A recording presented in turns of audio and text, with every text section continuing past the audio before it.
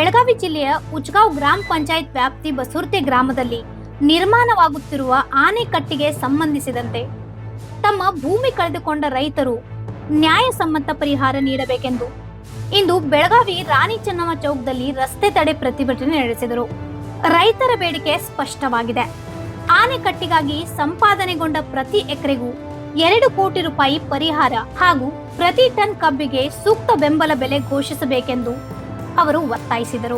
ರೈತರು ಆಕ್ರೋಶ ವ್ಯಕ್ತಪಡಿಸುತ್ತಾ, ನಮಗೆ ಕೇವಲ 88 ಲಕ್ಷ ರೂಪಾಯಿ ಬೇಡ, ಪ್ರತಿ ಎಕರೆಗೆ 2 ಕೋಟಿ ರೂಪಾಯಿ ಪರಿಹಾರ ಸಿಕ್ಕಾಗ ಮಾತ್ರ ಕೆಲಸ ಮುಂದುವರಿಯಲಿದೆ. ನಮಗೆ ಹಣ ಬೇಕಿಲ್ಲ, ನಮ್ಮ ಜಮೀನು ಹಿಂತಿರುಗಿಸಿ, ಧರಣಿಯನ್ನು ಅರಣ್ಯ ಪ್ರದೇಶದಲ್ಲಿ ನಿರ್ಮಿಸಿ, ನ್ಯಾಯವಾದ ಪರಿಹಾರ ಸಿಗದಿದ್ದರೆ ಪ್ರಾಣ ಬಲಿದಾನಕ್ಕೂ ಸಿದ್ಧರಿದ್ದೇವೆ ಎಂದು ರೈತರು ಎಚ್ಚರಿಕೆ ನೀಡಿದರು.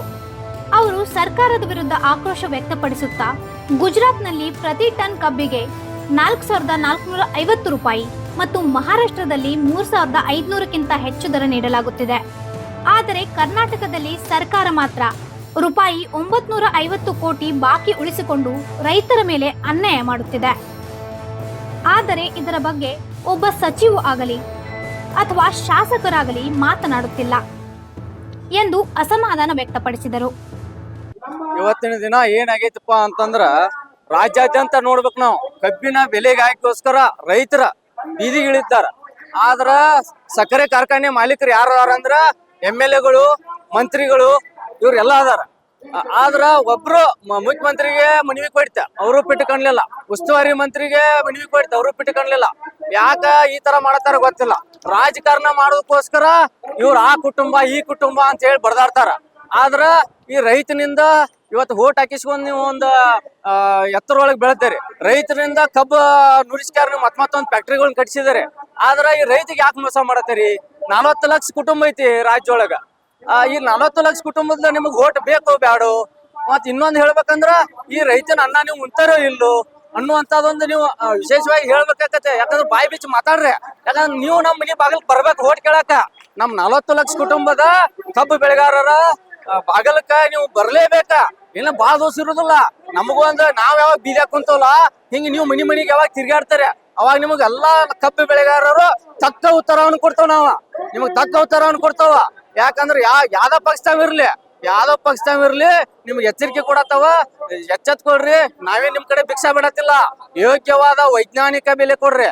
ಯಾಕಂದ್ರ ಇವತ್ತಿನ ದಿನ ರೈತನ ಮಕ್ಕಳಿಗೆ ಹೆಣ್ಣು ಸಿಗತ್ತಿಲ್ಲ. ಯಾಕಂದ್ರ ನೀವು ಬೆಲೆನ ಕೊಡತ್ತಿಲ್ಲ. ಯಾವ್ದೋ ಬೆಳೆ ಬೆಳೆದಕ್ಕೆ ಬೆಲೆನ ಕೊಡತ್ತಿಲ್ಲ. ಒಂದ್ ಮೆಕ್ಕೆಜೋಳ ಇರ್ಲಿ ಇವತ್ತು ಯಾವತ್ತೂ ಆಗ್ತಿಲ್ಲ. ಸೋಯಾಬೀನ್ ಯಾವತ್ತೂ ಖರೀದಿ ಕೇಂದ್ರಿಲ್ಲ.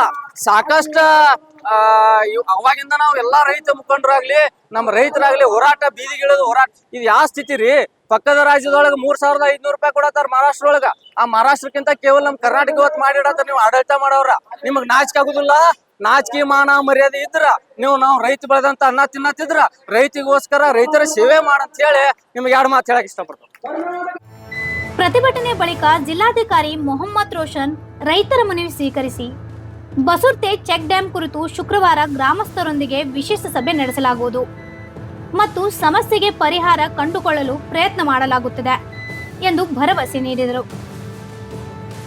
ಈ ಪ್ರತಿಭಟನೆಯಲ್ಲಿ ಕಬ್ಬು ಉತ್ಪಾದಕರು, ರೈತರು ಹಾಗೂ ಬಸುರ್ತೆ ಗ್ರಾಮದ ಅನೇಕ ರೈತರು ಭಾಗವಹಿಸಿದ್ದರು. ಇಂಥ ಅಪ್ಡೇಟ್ಗಳಿಗಾಗಿ ಸಬ್ಸ್ಕ್ರೈಬ್ ಮಾಡಿ ವಾಯ್ಸ್ ಆಫ್ ಏನುಗ್ರಾಮ್ಗೆ.